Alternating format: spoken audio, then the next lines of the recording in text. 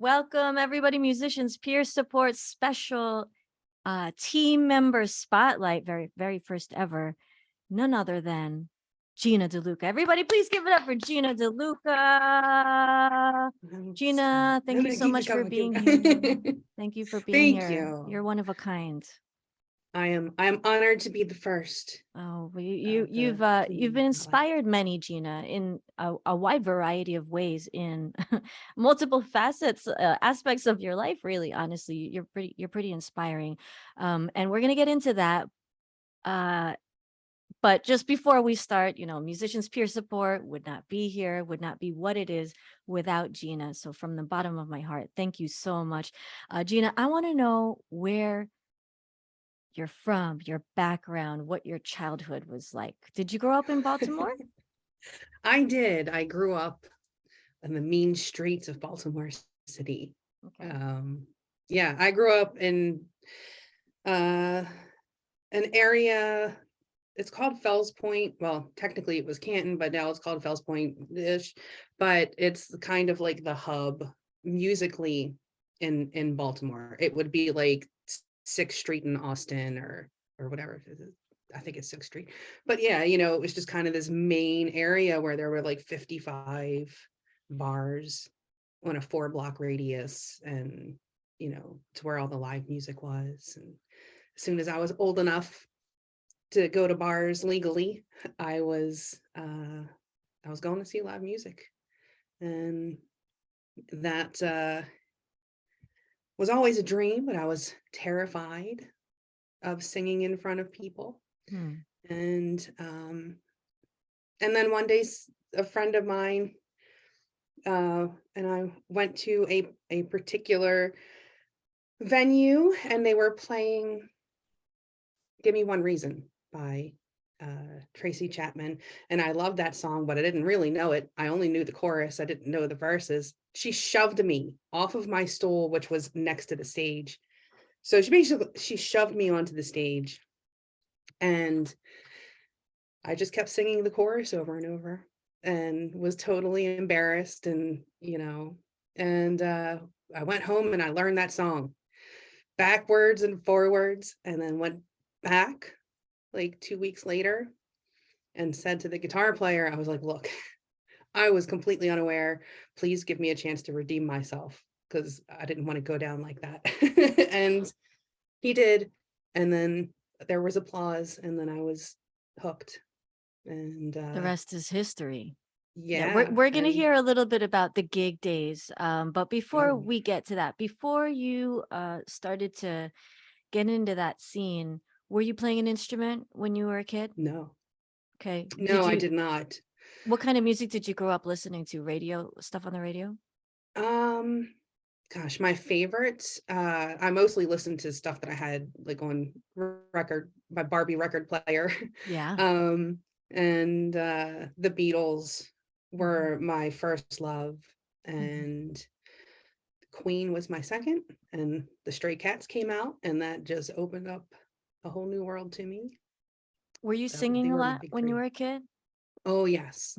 I loved it. I loved to sing, but I had a brother who is 6 years older than me who used to torture me when I would sing. So I, didn't really like doing it in front of people, but I loved it. I always thought it was just a great way to get the feelings out. Right. And I just like to make noise too. So yeah. That was always good. I love that. A way to get the feelings out. Gosh, what a truth that is. And you started to, after that fateful time there with the guitar player, you started to delve into the gig world.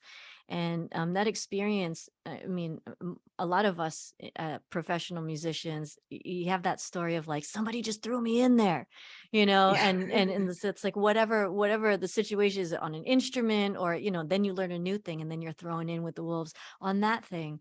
But that's what got you to learn the whole song and come back and then say, hey, I want to play that song again. So after that, you started to pick up some gigs. Well, that was just the singing aspect. I hadn't been playing an instrument yet. And I was tending bar at a venue that had live music, and they had an open mic night. And so the guy running the open mic would give me the microphone while I was behind the bar, and I would be pouring drinks while I was singing and stuff. Um, and a friend lent me a guitar to learn how to play, because I had a couple of guitar players flake out on me. And I was like, well, I guess I'm just going to have to learn how to do this for myself. So someone lent me a guitar. 6 months later, I knew 40 songs. And the same guy who would host the open mic night played every Thursday and Friday afternoon. And he said, I can't do Thursday. How many songs do you have? And I was like, well, I mean, look, I have like 40 songs, but like, I'm not ready. He's like, you're ready. I'm like, I don't have a PA. Use my PA. You're ready. And I was just like, okay. So that was my first gig. And he wound up giving that gig up. He didn't want to do that gig anymore. So I had that every week. Mm. Um, Wow. and so that was the origin story. Wow. What a great story. Those early days, did you see what type of impact you had on people? Um, Not in the early days, I don't think. Mhm. I was still just trying to stay above water and feel like, the whole imposter syndrome thing. Yeah, I mean, it's 25 years later, I'm still there. Mhm. So, Yeah. um, but there was a point where um there was someone who used to come to my gigs all the time, and she liked to sing, but like me, she was afraid to do so in public. And I would get her up to sing, and she would keep backing away from the microphone, and I would keep turning it up. And and she just kept coming back, and we just kept doing it. And then one day I went to like a black tie event, and she was up on stage with the band singing Aretha Franklin and owning it. Mhm. And that was the moment for me where, I was like, I paid it forward, Mm. kind of thing. Yeah. Really great. Um, Wow. There are a couple things about this part of your story that stand out to me. One is the process of learning songs, and that because I've been through similar experiences. The process of learning the songs is huge because you learn about songwriting, right? You learn about form and structure and lyrics and all these things, arrangement. Okay, well, I have to kind of play this part on guitar, like, and then you're kind of doing a little bit of chord analysis because you're learning the songs on guitar.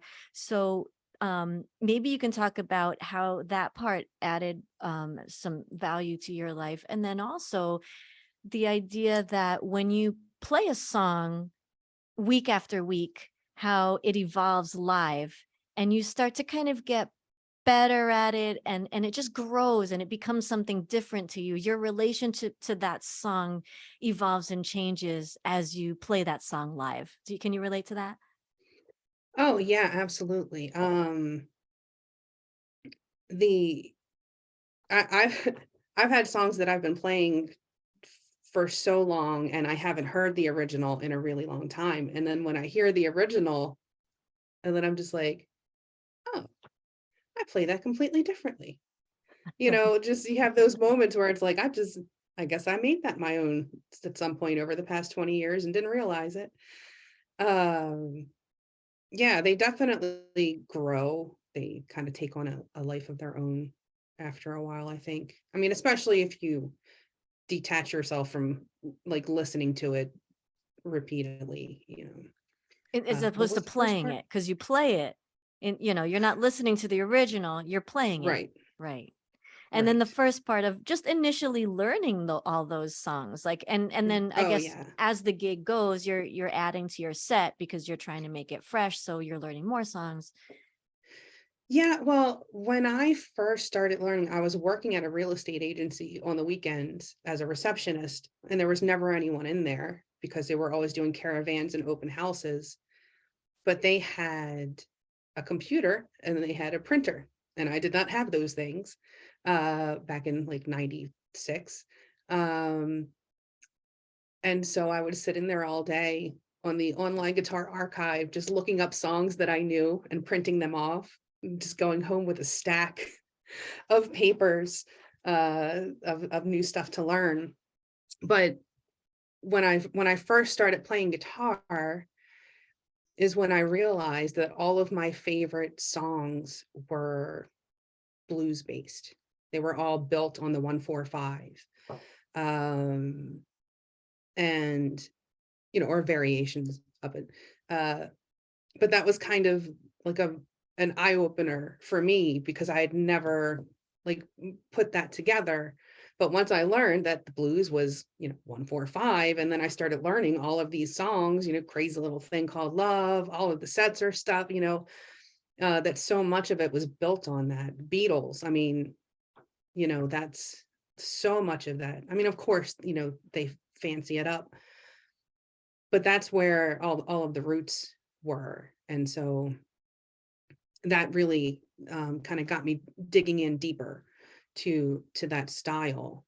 So one of the things that I did was I would find the influences of my influences, and then kind of start listening to them, and then you hear how they influenced the people that I listened to, and you start taking from there. And I just kept going further back and further back, and the next thing I know, I'm in the 1920s, like listening to this blues stuff that was recorded straight to wax, one take kind of stuff on somebody's porch. And in one of my songs called The Days of Soul, one of the lyrics is, the wider the roots, the taller the tree, the better the view. Mm. And that's kind of how I feel about music, art, whatever you're into. The deeper you can get into it, the further back you can go, the more well-rounded, you're gonna be. Wow. Really great stuff. Gems, as they say. Gina, were you ever discouraged when you were trying to learn those songs because you couldn't figure it out? Some people feel a bit like, how do I even learn how to play this song? So, any advice for people who are at that phase right now? They're trying to learn how to play a song.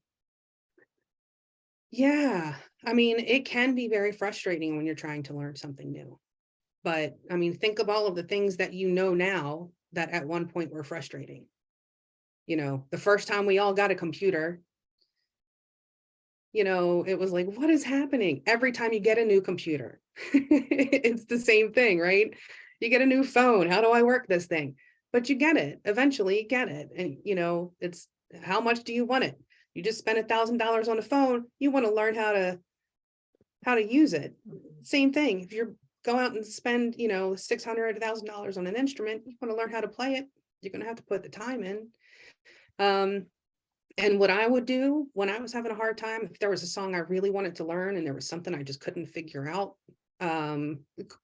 most of the time back then, it was a B minor, and I kept thinking it was a D, but it never sounded right. Mhm.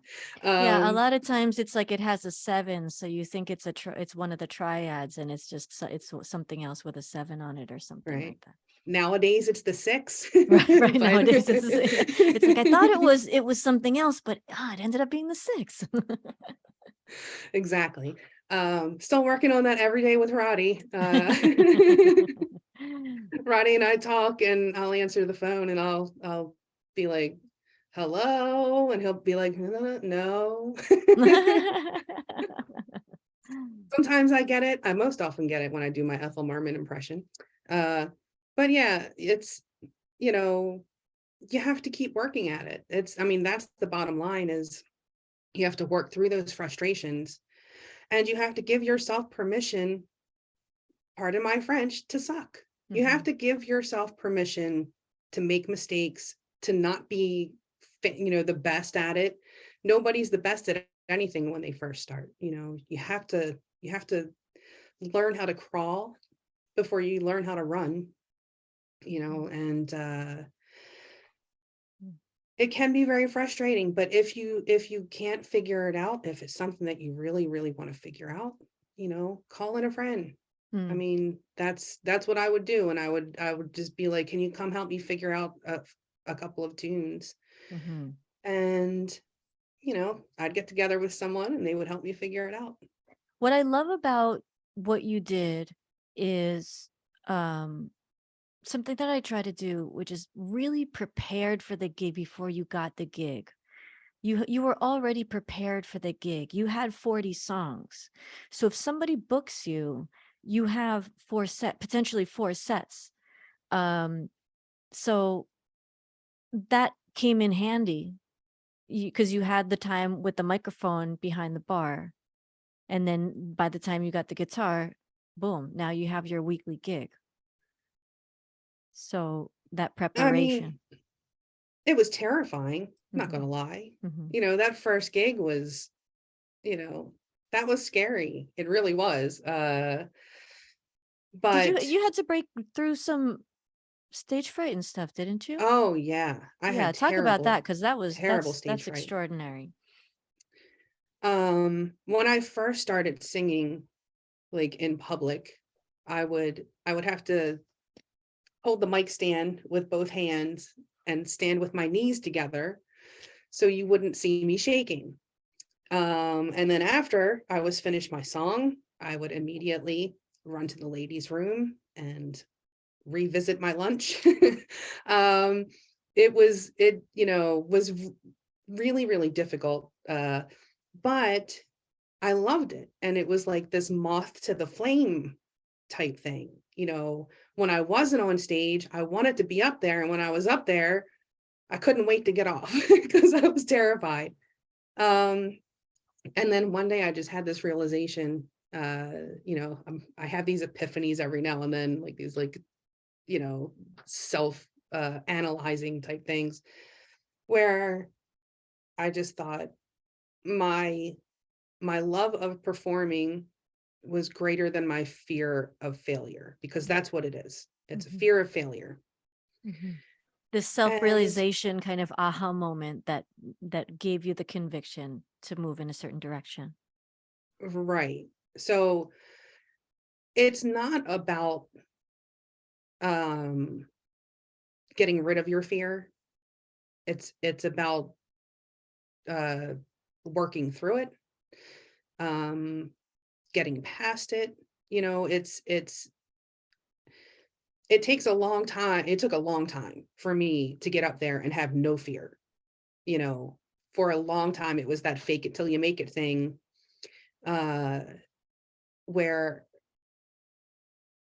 I would just go do it because I knew that I loved it, and I had to just, keep telling myself that my love for doing this is greater than my fear of messing up. And at the end of the day, if you mess up, does anybody die? It's like that dude from the that movie. But did you die? It's like, no, you did not die. So it's okay. It's okay. It's not Right. rocket surgery, right? Right. And you did the So best you could because you prepared, you did the best you could. It's not like you like purposely did a bad job. You really and at the end of the day, you know, you showed up and you performed the best you could. So what if you made a yeah, mistake? right. Exactly. And now I kind of have like a completely opposite take on it, where I feel like if I'm not making mistakes, then I'm not actually pushing myself to do anything new. Hmm. And you can't grow without breaking through that shell. And sometimes breaking through that shell means pitching some clams, and if that's what happens, then so be it. Hmm. But the some of the coolest things that I've ever done vocally or on guitar or on a canvas was when I just kind of threw caution to the wind and said, let's see what happens, you Mhm. know. Yeah. um but Wow. it's hard. It is hard to get there, and Mhm. But you can get there. Yeah. You And can. when you say it's hard, before we shift over, because I do want to talk about your visual arts, um, it's difficult for anyone to do that. But in my opinion, it's even more difficult as a woman to get through that in those types of environments. I think in certain environments, maybe it's an even playing field, but I think, I don't know, just from talking to you as a friend, I feel like we've played in some similar situations where you have to have a different level of kind of patience, professionalism, grit, and mindfulness, really, to get through years and years of being in the music industry. Would you say it's different for a woman? The music industry, I would definitely say is. The art industry, I would say, is an even playing field. Okay, that's good. Um, but um, but musically, it is kind of a boys' club. I mean, at least where I am, it is. Mm-hmm. And that's why, I started this thing called the Clam Jam, where it was just an all-female jam, because I had had several incidents of, showing up to a jam with my guitar and they only wanted me to sing. Mm-hmm. Um, and other times where it was like this big circle of people and 19 guitar players and 18 of them get a solo and they Mm-hmm. just pass over me 3 songs in a row. Mm-hmm. And it was just like, okay, Yeah. well, I'm going to take my ball and Mm-hmm. I'm going to go start this game over here for girls. Right. And that wound up becoming this beautiful thing, that it was started with the same energy of this place called Augusta, where Roddy and I met. Um, when we first started going there, it was this very like wonderfully inclusive, very uplifting, very supportive uh, type atmosphere. And so that's what the Clam Jam was. I called it the Clam Jam, not because it was a female thing. That was just a lucky that was just a coincidence. But it was more about, like, Buddy Rich used to call pitching a clam that's like hitting a bad note. Mm-hmm. And so the idea was to have a jam where it was a safe, inclusive place for women to come and hone their chops and not worry about feeling like they're trying to live up to anyone else's standards, or, oh, you're good for a girl type thing. It was, just a very strong supportive atmosphere for women who were musicians. And so many of the jammers that we had are now musicians. Mm-hmm. They have Gail was a clam jammer. Mm-hmm. And there were so many of them who are now like out there playing gigs, and they had their first time on stage at the Clam Jam. Mm-hmm. And so that's another one of those times where it was just like, I did something good, Yeah. Oh, so great. yeah. Thank you for sharing that, Gina. That's why I wanted to mention that. So would you ever bring that back? Is that something that would come back? um I would. I had a partner. We did it as a team. Mm-hmm. um Wherever my holes were musically, she filled in, and vice versa. Mm-hmm. Like I have big gaps like in the 70s, but she's 10 years younger than me. So Mm-hmm. like the 70s were still cool to her. I have this theory that like people reject the music from the decade they were born. Okay. Like, I mean, that's just it's based on nothing Mhm. except for, a couple of anecdotal things. But I feel like it's the stuff that our parents made us listen to. Mhm, mhm, Um, but I think it works better with a partner, you know. mhm. Um, Also, Yeah. there's a safety in numbers thing Right. up on that stage, Mm-hmm. if you have like extra support and Of course. um maybe someday. Yeah.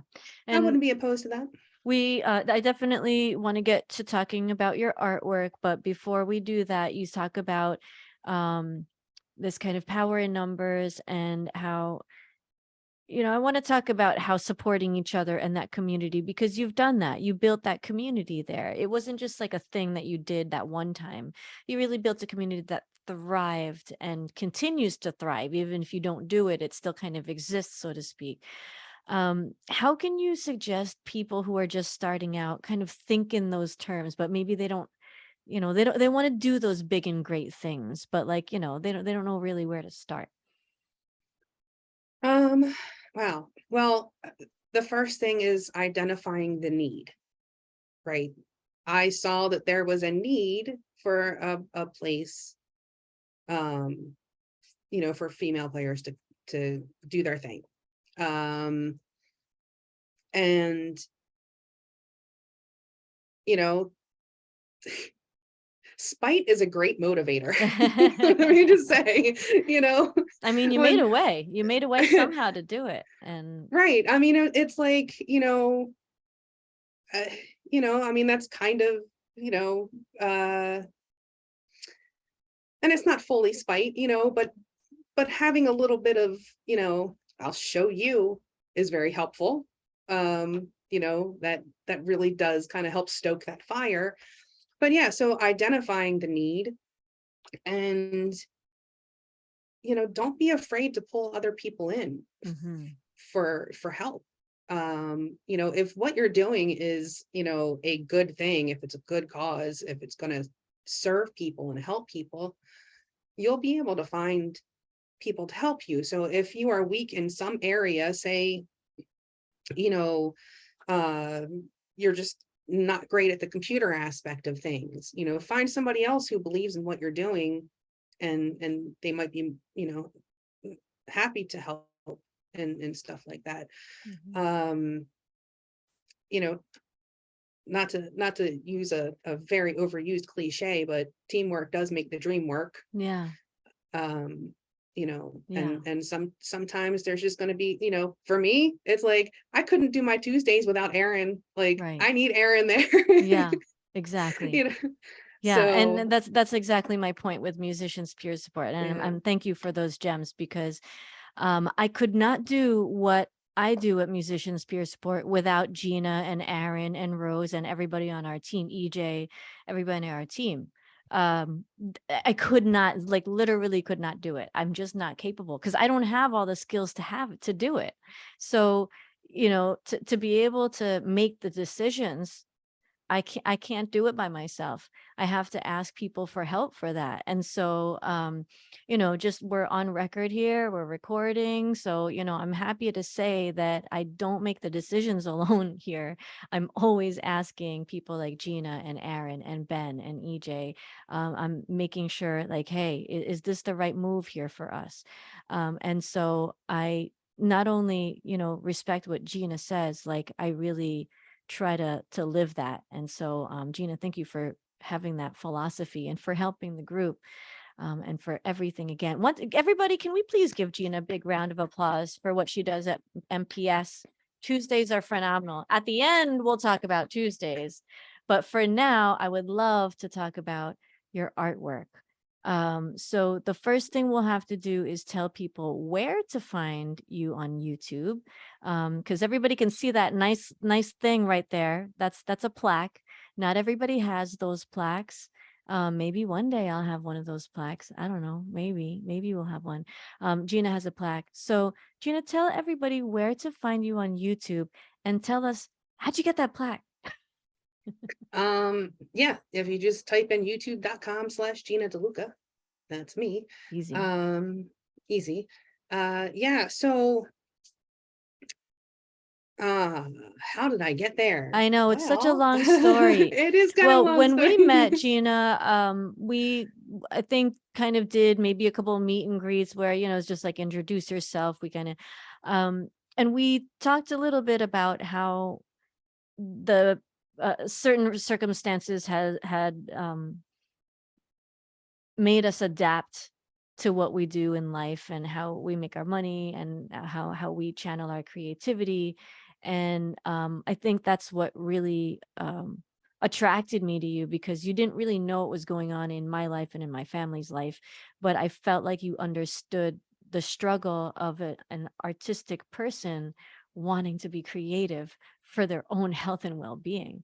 Mhm. And so is that kind of how well, you were always talented? Were you always talented in visual arts? Were you painting when you were a kid? I always believed I couldn't paint. Oh, I told really? myself that my whole life. I could Wow. draw, but Oh. I tried to paint like 3 times, and all 3 times I deemed them hot garbage. Hmm. Um, You were drawing but when you were a kid. I was drawing. Yes, Okay. I could, yes. I was very much into drawing. Gotcha. Um, and yeah, so I actually wound up going to cosmetology school in like 2016, I think. And You just had a passion for beauty? You just wanted to.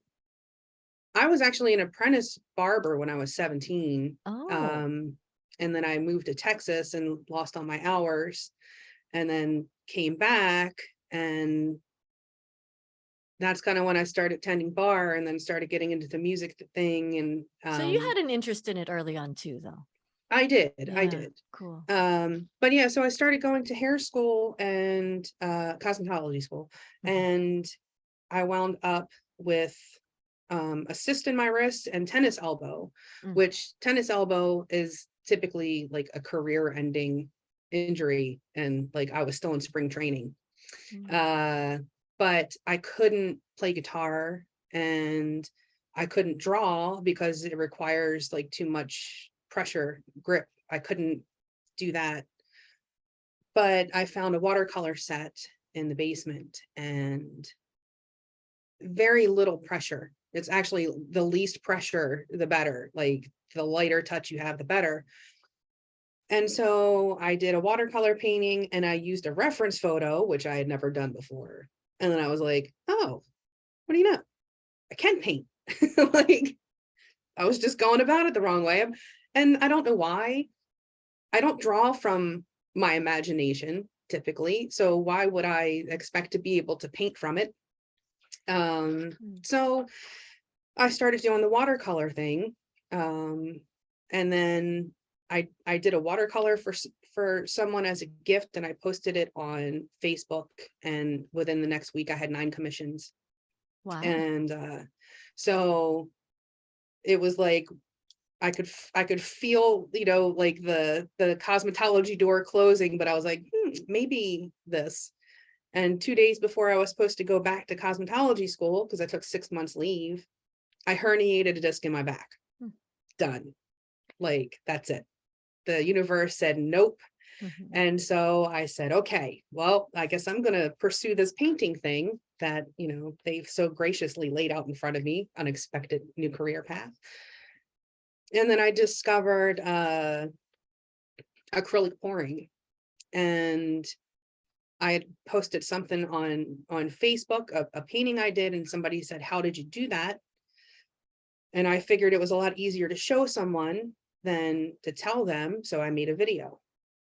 And then that video like actually got a lot of views. And then I made another video. And then video number 15, I stumbled onto a technique um that, is my technique. I named it, like, I was, as far as I know, I was the first person to do it, at least on YouTube.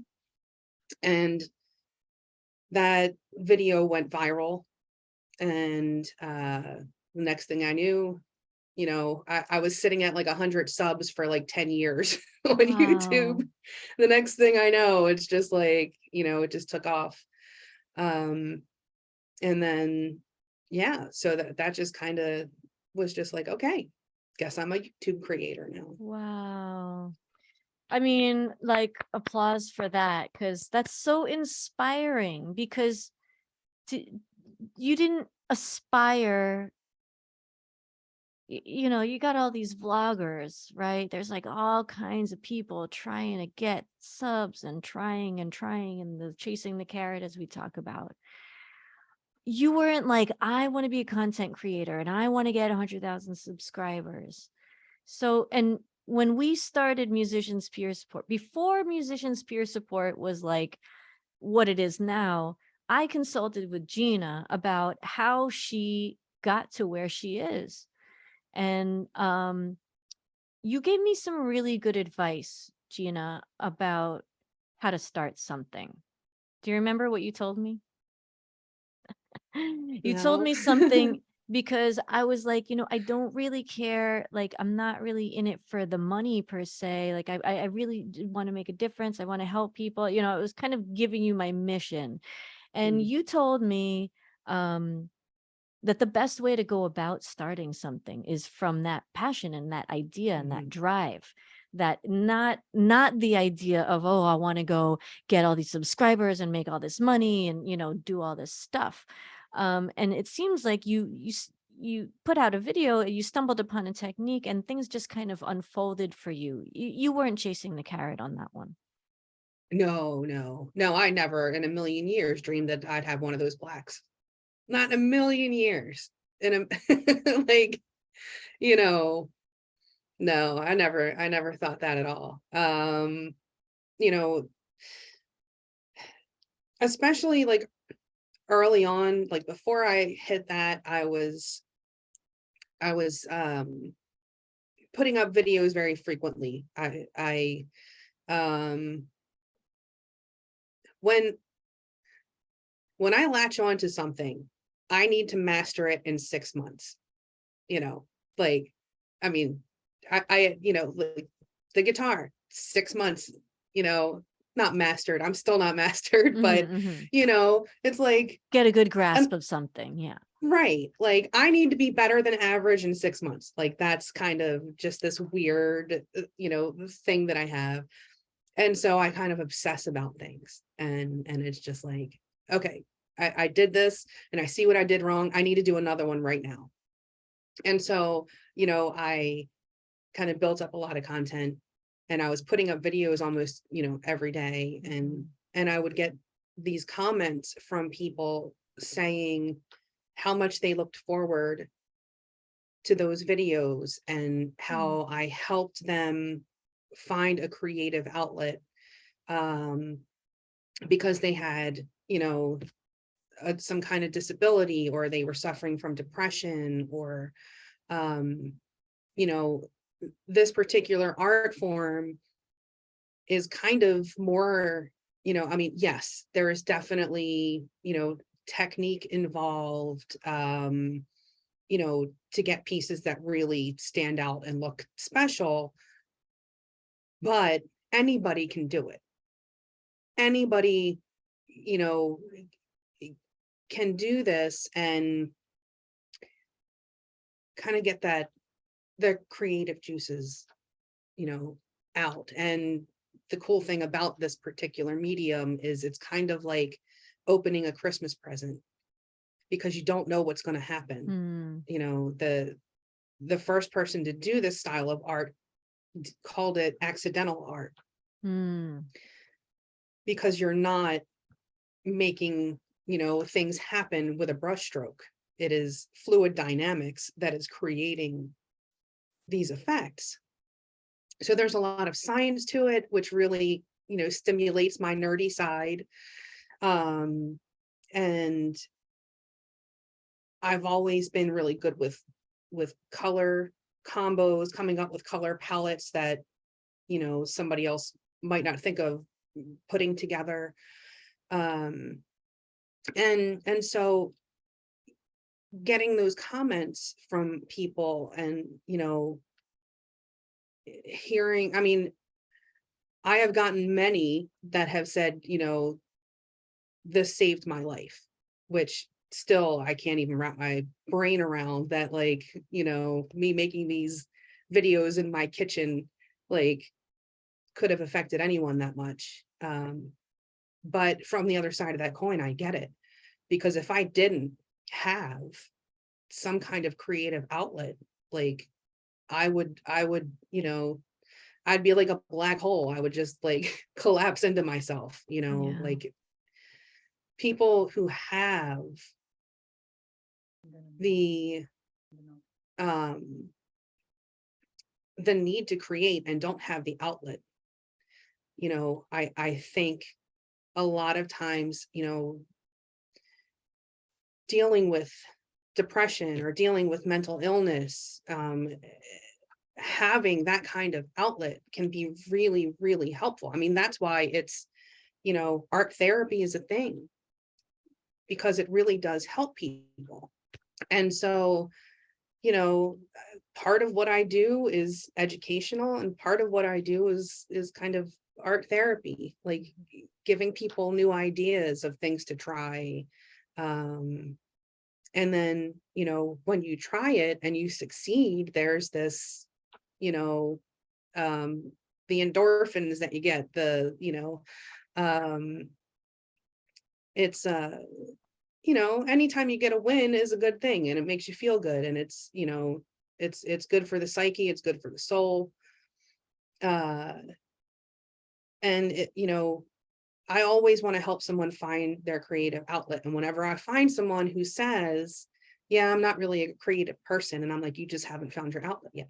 Mhm. You know, um, I had someone say that to me last month, and he's like in construction. And I'm just like, maybe your creative outlet could be in building things, you know, like maybe that's where it would be, like woodworking, or, like something along that lines of, stuff you're already good at. You already know how to use all these tools. How can you use them in a creative way? Mhm.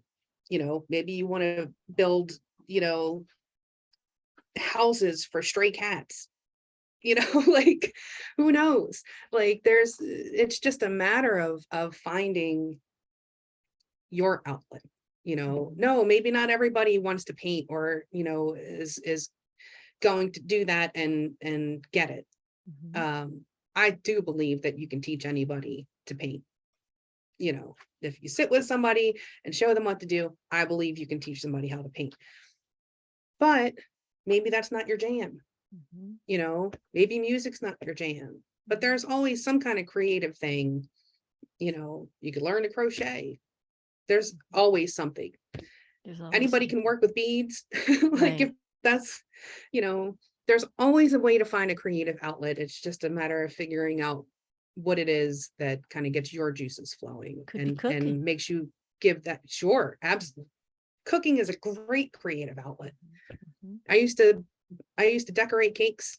I had a Mhm. bakery. I opened a bakery because I like to decorate cakes. That was really dumb. I should have just gotten a job decorating cakes. I would have made more money. Mm. But you know, uh, but it was fun. Like, I loved doing that. I Yeah. loved when people would come in with like some kind of crazy, you know, thing. And you know, I don't know, I've made some crazy cakes, That's but funny. like, that was always kind of the challenge. Oh, okay, how can I make this happen? Mm. Somebody wanted a tombstone. They wanted it to stand up, and I'm just like, how do I make a cake that's a tombstone that stands up? I Mm. figured it out. Yeah. And Aaron says it's emergent art, guided, not accidental at all. Also, excellent advice. That's from Dan. And also, shout out to our friend Rose as well. And just want to let everybody know in the room, we are getting close to time. So please, if you do have questions, you can raise your hand or type them in the chat. If Gina, you're okay to ask questions, Of answer questions, course. of course. Okay, so if anybody does have any questions for Gina, please feel free, because I have tons. We're gonna have a follow up, because I have a lot on that first part, but I do want to talk about your artwork a little bit more, and also how you're able to you're kind of like internet famous, as you say, as some people say, like there are a lot of comments that maybe come in. You manage a Facebook group. I think, how big is your Facebook group? Over 35,000 people or something? I think it's 60. Oh my gosh, I think it's 60,000, 60,000. 60,000 people in I think. Yeah. Gina's Facebook group. And so yeah, Gina's like, you got to start your Facebook group.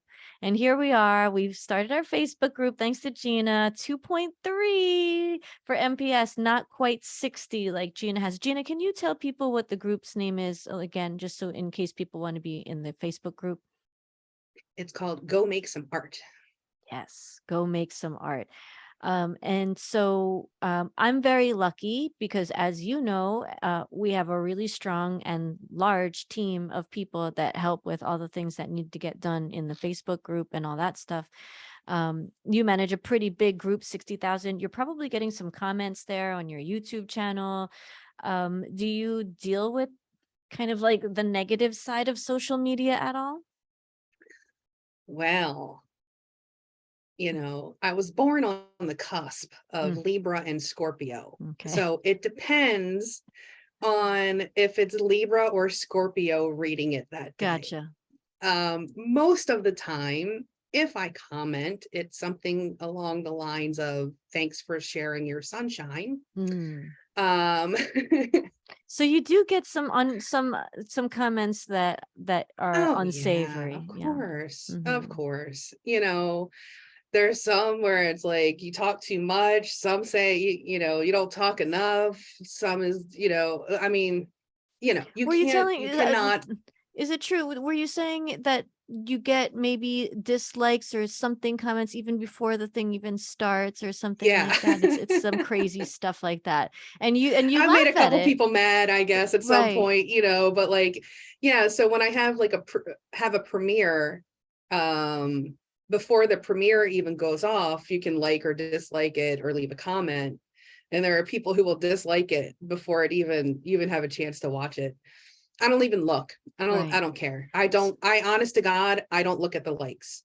Okay. I am more likely to look at the likes on my Facebook from Mhm. something funny I posted Gotcha. just to see who my tribe is. Right. So Like, your approach and advice to us is to really just not care as much as we can, is to not care if we get any of that stuff. so I look at it like this. It's like Olympic scoring, Mhm. right? You're going to have the people who love what you do no matter what it is. And you're going to have the people who don't like what you do no matter what it is. Throw them both out. Right. Look at what's in the middle, and that's where you can really learn, how to do what you're doing better. Um, but there's you cannot make everybody happy. You cannot. It is impossible. No matter if I stray out of what I normally do at all, somebody is going to complain about it. Mm. I've put my music in my videos. People always say, "Why don't you put your music in your videos?" And then I do, and then a bunch of people get offended at the lyrics. And I'm just like, I don't write stuff that's not going to offend anybody. Like everything I write will offend someone somehow. so so I can't, it's like, yeah. Mhm. And then one time I put up a video. I was like, maybe I'll branch out and do some cooking stuff. And then I showed how to pick a blue crab, and like a bunch of people unsubscribed, and I was like, okay, I'm taking that down. Like so you have to know your audience. Mhm. And I now know my audience. They don't like to see me stray outside of what they're there for. Mm. But then there are other outlets. Like that's when, okay, so maybe I'll do a cooking thing on TikTok instead. Right. Right. Or On like, your personal Facebook page or right.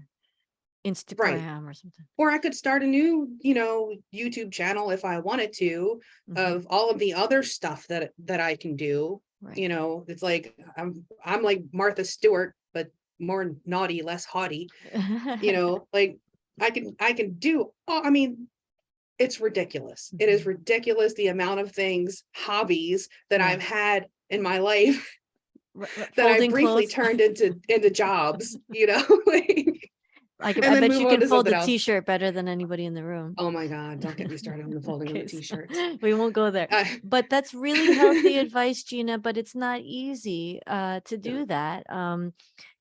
Like in the music world, you'd say the same with feedback. I mean, it's not easy to take it, but that kind of, I guess, goes with it, huh?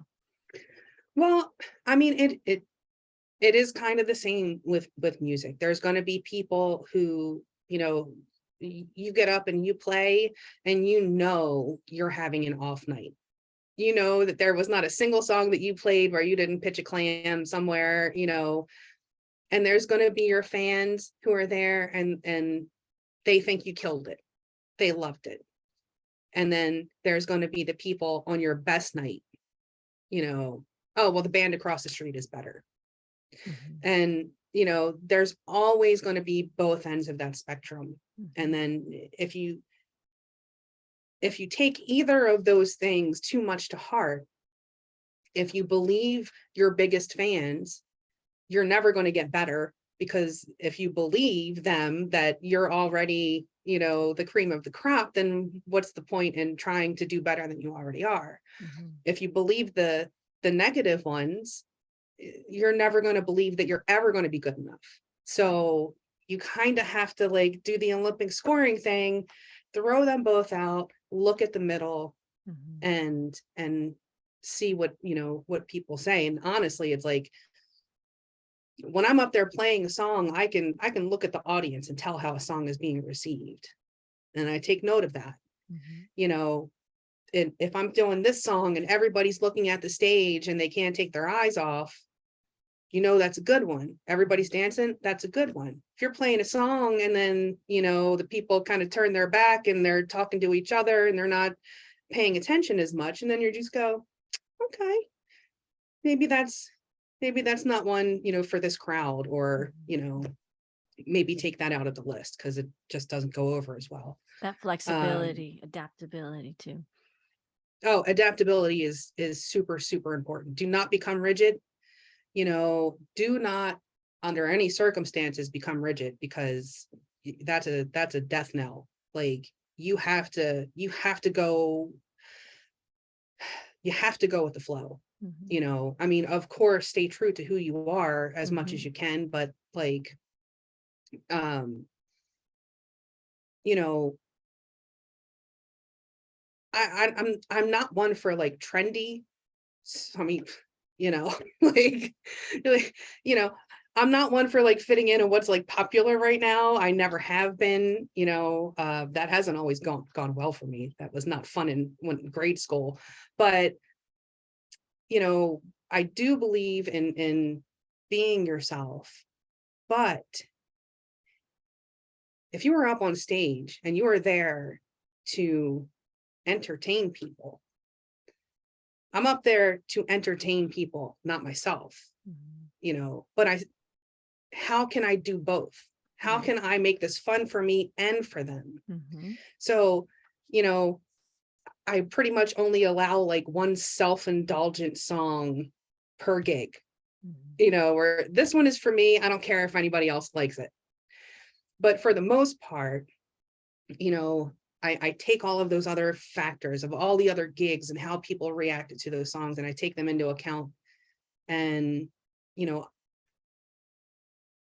I'm being paid to be up there by the venue to entertain a crowd.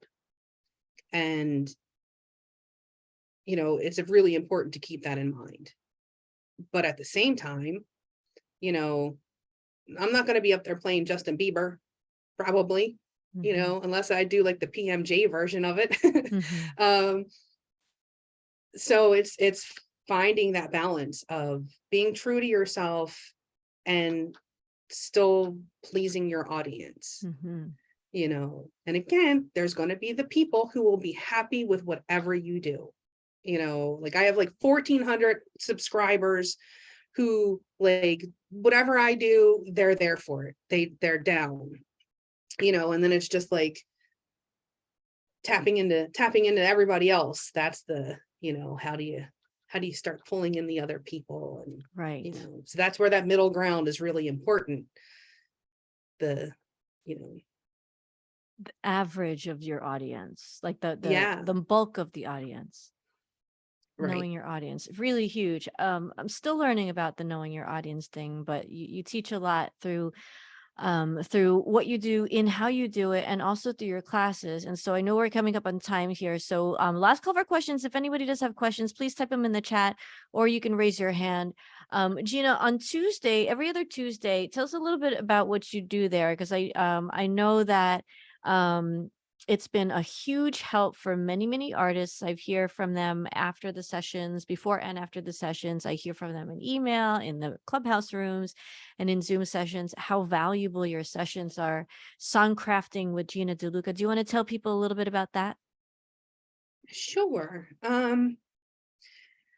Yeah, well, I'm a big believer in write like a child, edit like a scientist. And so what we focus on is the edit like a scientist. You know, the left brain will bully the right brain. Your right brain is your creative side, that's your inner child. And the left brain is the analyst, it's the scientist.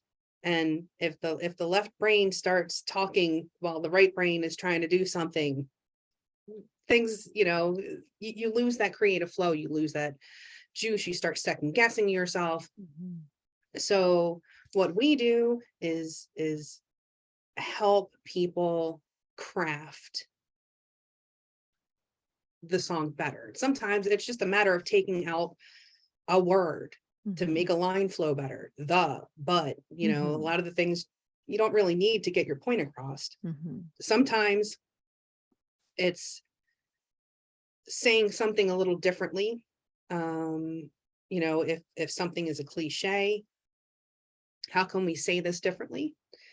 Even it staying within the cliche, but just kind of flipping it a little Mhm. bit. Having somebody to bounce ideas off of, just Mhm. brainstorming certain adjectives sometimes is very helpful. Right, I guess it's worth right, it to mention you don't have to have a song. Anybody who does show up, you don't have to submit a song. You could show up to observe what we're doing. It doesn't have to be like everybody has to bring a song or anything like that.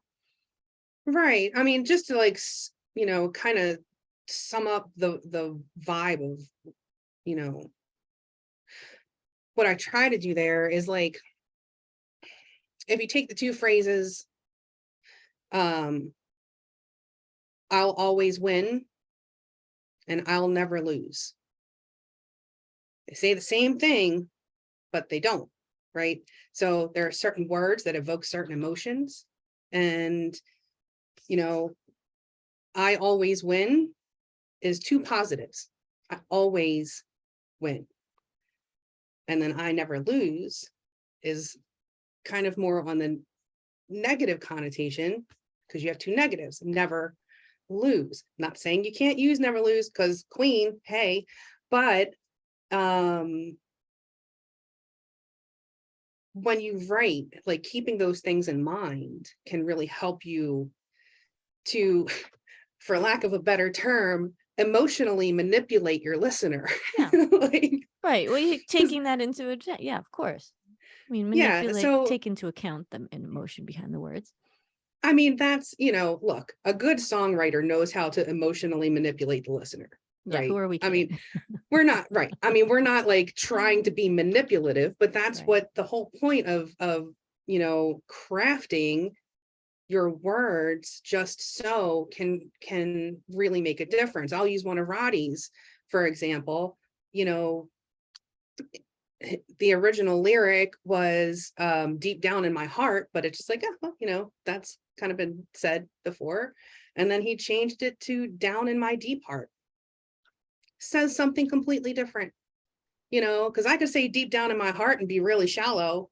And, it's just like, well, that's all you get, but to say down in my deep heart says something different. It's much more profound. It speaks more about who he is as a person, you know, I don't want to say he because Roddy's right here, you know, um, but flipping words like that can make such a big difference in a lyric, and it can have a really big, profound effect Mhm. on the impact that the song can have. If you really sat down and look at the songs that make you cry, that really make you feel something, and like dissect those lyrics Mhm. and start looking for the words that really kind of give a punch, and then look at them and be like, why does that lyric hit me so hard? You Mhm. know, what are the connotations of that particular word that's hitting me? What is, Mhm. you know, are these, you know, words based in negative? Are these words based in positive? Um, anything that's like more descriptive is going to be better. You know, one of the reasons I love Roddy's writing is because it, when I'm listening to it, I see a music video playing in my head. Mhm. And to me, those are the best songs, the ones that create pictures in your mind, Yes, you know. definitely bring you to a place, and your music is the same. Big shout out to Roddy Barnes. So everybody, please check out Roddy Barnes on all your social, what do you call it, digital streaming platforms, and on YouTube as well. So thank you so much, Roddy, for helping us in our first year of song crafting. And so just to let everybody know on the camera, on the recording, yeah, everybody's welcome. You don't have to bring music. See Gina, see the musicianspeersupport.com website for songcrafting with Gina. It is a very, yes, I agree, a safe and supportive environment, geared towards crafting music and really being conscious, I think, of the lyrics and the words that we use. And if there was any year in my life that I realized how much weight and how much emotion and energy each and every word that we speak has, that's one of the major things I've learned in this last year. So Gina, you're very clever with your lyrics, and witty, and I guess I would say maybe cunning. I don't know. Just very like there's an intellect there, and a really a fun humor that happens in your lyrics, and sometimes dark, sometimes subtle, sometimes not so much. I have so many questions about your music, and we're wrapping it up, so I'm not going to get into it a little too much, but just off the top of your head, I know you don't have favorites. It's hard to pick favorites. But and you mentioned one lyric that was so beautiful about the roots earlier. But is there one of your lyrics that speaks to you just maybe nowadays? You know, it's like I said, it's hard to pick favorites, but maybe is there something nowadays that speaks to you in terms of one of your lyrics that you find to be a favorite? Gosh. Yes, that's exactly it. Do you have a favorite lyric you've created? That's a really long way of asking what Roddy asked. Um, gosh, that's so hard.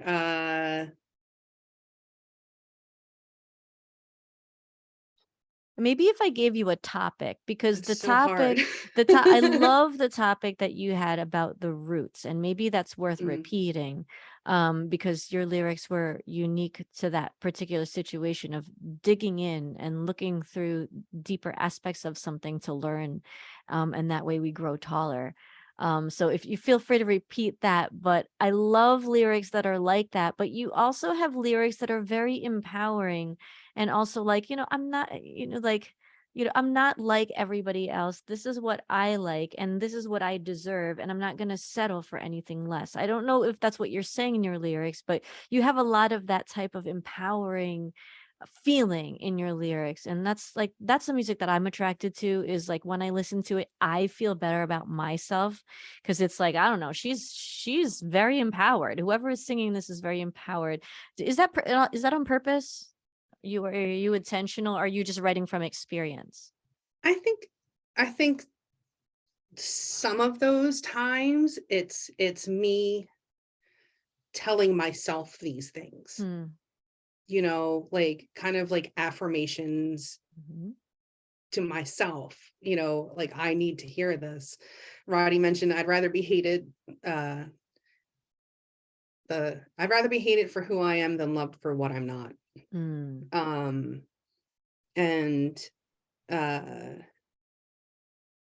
you know, that song is from Nothing in Your House, which uh I mean, I can't even say it because that wasn't my lyric. Technically, someone said that to me. You know, I said something smart alecky to them, and they said, "I don't care what you think. I ain't got nothing in your house." And I was like, "Is that a song? Can I make that a song?" because as soon as he said that, it was just like, that needs to be a song, that. And so there have been many, many times in my life since I've written that song where that has come up. And, whether I say it to myself or I say it to someone else, like, or I'm saying it on behalf of someone else. What do you care? You ain't got nothing in their house, right? So there was something about that song in particular. And it was like my biggest song. It was covered by Sapphire, the Blues Women, Uppity Blues Women, sorry. But there's something about that song in particular that has kind of been empowering to me throughout, multiple times in my life. And I wrote that song in under an hour. I couldn't get the pen to paper fast enough on that one. And sometimes it feels like a download from the divine, Yeah. And that's when you're just letting that inner child, your right brain, just do it. Yep. Don't start Don't correcting judge. words now. That's right. Don't start editing yet. Just let it come out. That's right. And those are always my best songs that actually require the least amount of editing, are the ones where I just fully allow myself to just channel whatever it is I just tapped into and get it down. So relate. Yeah. So good. So good, Gina. Thank you so much for everything. Before we wrap it up, you talked about so many really amazing things. You gave us a lot of gems. I'm just wondering, in terms of music career, you seem to reinvent yourself, and you seem to have this tenacity and just kind of pick yourself up and do your thing. So I'm just wondering, do you have any advice for people who struggle with confidence, and people who struggle with, like, feeling that way? You're always very well kept, and you're always well spoken, and you're so confident in your words and your actions, and it's just inspiring, and maybe people kind of want to be that. Um, do you have any words of advice for people kind of trying to break out of their shell a little bit? Sure. I appreciate the well-kept thing, but what you should know is I'm wearing flannel pants under this dress. Uh, Well kept, it's front waist cold. up. I'm Zoom well kept. Right, If right. I were to stand up, you would be laughing so hard right now. I have on red flannel pants with penguins. Hey, it's pandemic still.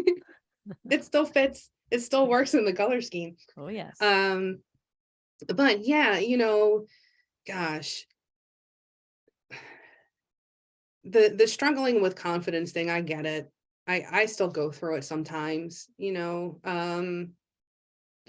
all still go through the imposter syndrome, like I have a artist spotlight page on Gretsch.com, and I still feel like a total hack when I pick up a guitar, like I don't belong on there. Apparently they thought I did, but it's like, even when you get those moments of validation, it can be hard to accept it and internalize it. And if you're not getting those moments of validation, it's even harder, and so it is so important to just do it because you love it, and then the other stuff kind of melts away. If you really focus on how much you love doing it, then the fear will start to dissipate. And because that's all it is. If a lack of confidence is a fear of not being good enough, right? I mean, that's kind of what that is. So again, it's overcoming that fear and to just keep doing it, even when you're feeling like, I'm not good enough to be doing this. Do you love it? Ask yourself that question. And if the answer is yes, do it anyway. Make Mhm. yourself a little flow chart if you have to, Yeah. you know, do I love this? Yes, keep doing it. Right. No, do something Do else. something else. Yeah. And even if you have to take a break from something because you're burned out on it, like I stepped away from music even before the pandemic happened. I was ready to like quit. Yeah. And then the Gretsch thing happened. And I was like, God, just when I thought I was out, they pulled me back in. But, like that was kind of a little sign from the universe. It is just like, no, no, no, no, no. Yeah, yes, keep doing the art, but Mhm. you're not giving that up. Yeah. And I haven't really been playing gigs. The pandemic happened, and I have one coming up this month. And it's just like, oh boy, okay, here we go. We're going to start doing this again. Mhm. Um, and so I needed a break. And when the pandemic happened, it was kind of like this blessing in disguise for me, because it gave me that break away that I needed without feeling like I was walking away from it.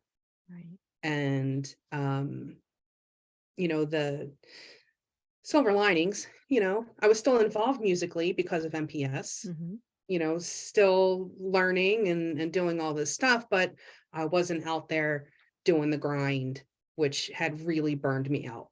Yeah. After 25 years Right. of that, it's just like, ugh, I'm so tired. I'm so tired chasing down managers and dealing with the drunks and and then after like 2 years of being away, it's kind of like I really miss being on stage with my guys Mhm. and being on that roller coaster ride Yeah. that we do, because That like we every do. song, we're rockabilly, so it's always like face melting fast and lots of stops, and you have whiplash when you're done. Yeah. And Gina, do you think this is just, we're going to wrap it up right now. So do you think because I feel like this is a little bit my experience. Do you feel like going back after the pandemic, you're a little bit of a different person? You have a little bit of a different attitude for these gigs? Because I find that to be true. I'm not back to the exact same gigs that I was at before, but I'm a little bit back to gigging. And I feel like I have a little bit of a different mindset. I feel a bit more equipped to handle some things that maybe I wasn't able to handle before, or maybe, I don't know, just a little bit of a different perspective. Do you feel that to be true? Absolutely. And the biggest thing is I say no Mm-hmm. now, Yes, that which I is never did before. amen. I mean, like, high five on that one. That is exactly true for me as well. Yeah, I would take any gig that paid over $100 Mhm, before, mhm. and even some that paid less. And it was just like this, I got a gig, I need a gig, I need to gig. And now, and part of the reason I was so burned out is because I was taking gigs that weren't filling my soul at Mhm, all. mhm. And I often say a gig, will either fill your pocket or your well, and rarely do they fill both. Um, and I've kind of gotten to a place now where like I mean, I've been asked countless times, like to come play again. When are you playing again? I can hook you up with gigs, you need to get back out there. And I'm just like, nope, nope, not ready. Nope, not I'm starting to feel ready. But I'm only going to take the gigs that I want, the Yeah, gigs that make me happy when I'm on that particular stage. right. And, I think that's kind of the best thing. I'm blessed. I am lucky that I have the art to supplement, and because for 20 years I was only playing music. Mhm, And so I had to take every gig because mhm. I had rent to pay. And like now I have my art. And in 2018, it was February of 2018, and I remember having a conversation with my ex. Wasn't my ex at the time. But I said to him, I am manifesting this right now. I am going to make a living off of art, and I'm going to play music just for the love of it. And I'm now at that place where I Mhm. can do that. Amen. And it was like I put that into the universe and I made it happen. And Mhm. so now I can just play music because I love it Really great. and not because, I have to scratch and grab for every Right. penny I can get. Um, You're doing it because you want to, not because you have to. So right. applause for that. That's a huge accomplishment, a manifestation. We love that. And also, I mean, it just to encourage everybody, there are ways to have that fill your pocketbook and fill your well. It's just easy to get into the other thing where they're separate. It's a very easy road, and next thing you know, it's year after year after year. I mean, I can relate, and that's why the pandemic is really great for people like me, maybe like Gina.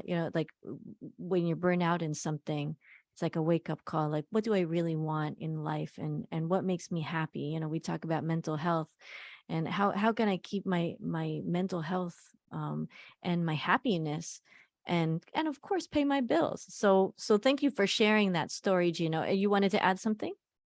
No, I was just going to say, I think a lot of people found that during the pandemic. I think a lot of people had a lot of time to sit at home and you know, they were collecting unemployment and it's just like, well, what do I want to do?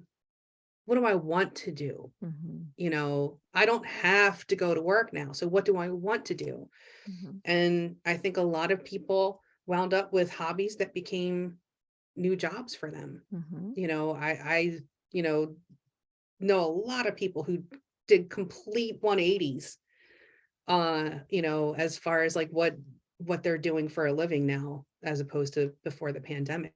And Right. it gave a lot of people the opportunity to find that thing that they love and how to turn this into a job. And I think that's one of the reasons why they keep saying there's more jobs now than people to fill it. And I think part of that is because so many of the workers went Hmm. out and went into business for themselves. And like something I always say is, you know, if you don't, if you are not working to create your dream, someone will just pay you to create their dream for them, you know. So you can work to do it for yourself. You can create your own dream. Yes, there are risks involved, but anybody who has ever signed your paycheck took those risks and they just hired somebody to make it happen. And so you can let somebody hire you to make it happen, or you can bust your booty and make it happen for yourself. Yeah. And And I you think a don't have lot to of do it people alone. found that. No, absolutely not. We're here I for mean, you. the people who signed my paychecks didn't do it alone. They Right. had me. So, Right. Yeah. you know, yeah, So good. So good, Gina. This is so valuable to me because um it's something that if we tell ourselves every quarter, we'll be making better decisions. It's like, yeah, these are really big ideas here that help make the small decisions, in the day to day. It's like we have to make these decisions, like, okay, what do I want to do next? And is it really serving us, to do certain things? I mean, everybody has that decision to make by themselves. But Gina, you've been really inspiring to a lot of people, including myself, in how to really fulfill my dreams, how to make it happen. And you joke around about, you're very active in what you do. You definitely are an example of making things happen, even if it doesn't feel like that somehow, Gina. You definitely show that, you project that. So I just want to thank you for that. And so, Gina, could you stay just like another 5 minutes for happy hour after the recording sure. is over? Okay. And more social events to come, because when MPS does a social event, we do it right. So please stick around, everybody, for a bit of a happy hour. But before we go, Gina, just for the recording, thank you so much again for being here. Just give us a little bit of your overall advice for our members who more than most, of wide variety of members that are in a wide variety of situations. Some people are struggling, some people could be cool, but we all have this that dream in common, that what you just said, we all have this kind of like something's better. There's something better for us. So in our striving and in our thriving, do you have any words of wisdom for the greater good of the group, greater good of the world? You already gave us so many good advices, so it's kind of hard to ask you. Any other general thoughts? Yeah, I mean, I think pretty much everybody is, struggling with something, we all have stuff going on in our lives. And the most important thing to remember is, no storm lasts forever. And, when that sun does finally come back out, it will be that much sweeter. Um, you know, if you think about the hardest thing you ever had to go through, and then compare that to what you're going through now, it's like, well, if I got through that, I can get through this. And so just always, keep that in mind, that, whether you're heartbroken or you've lost a loved one, or, whatever you're struggling with, you have probably been through worse. And um and if what you're going through is the worst thing you're going through, when you get through that, that will be your litmus test for the rest of your life. And then you can tell yourself, I got through that, I can get through anything. um the most important thing is never give up, never surrender. That's right. Never give up. To, Thank you so much, Gina. Thank you so much. Everybody, please give it up for Gina DeLuca. And everybody, if you are struggling, if you're having some troubles, please seek professional help. There's no harm, no stigma in that. You can always text 741 to 741-741. Text home to 741-741. 24/7. You can get assistance anytime. For those of you who are really struggling, Gina, you're song crafting workshops are every other Tuesday, right? You're doing that correct. 12 p.m. 12 Well, p.m. my time, 3 p.m. your yes. time. So 3 p.m. Eastern. Yeah. Anything else you want to say about song crafting, Gina? You want to just invite people at one last time? Yes, please come. And even if you don't have a song to present, even if you're only writing poetry and you haven't gotten to the musical aspect of it, there is so much to learn just by showing up and listening to other people's songs, being worked on. uh there's always, something to learn in there, even if it's not your song that's being, critiqued. Yes. So it's a great free resource. Free is my favorite Yes. word. Yes, yes. Thank you, Gina. So thank you for that free resource. It is free. Gina volunteers, services her time for us. So just please make use of that. And if you need to know what the schedule is, it's musicianspeersupport.com. Gina, your website is GinaDeLuca.net. GinaDeLuca.net. Everybody, please visit Gina on her website, on her social media, YouTube especially. Check out the YouTube channel because you will be amazed, in awe. Everybody, one last time, give it up, Gina DeLuca. That's going to conclude our recording. Thank you, Gina. Much love to you. Oh, thank you.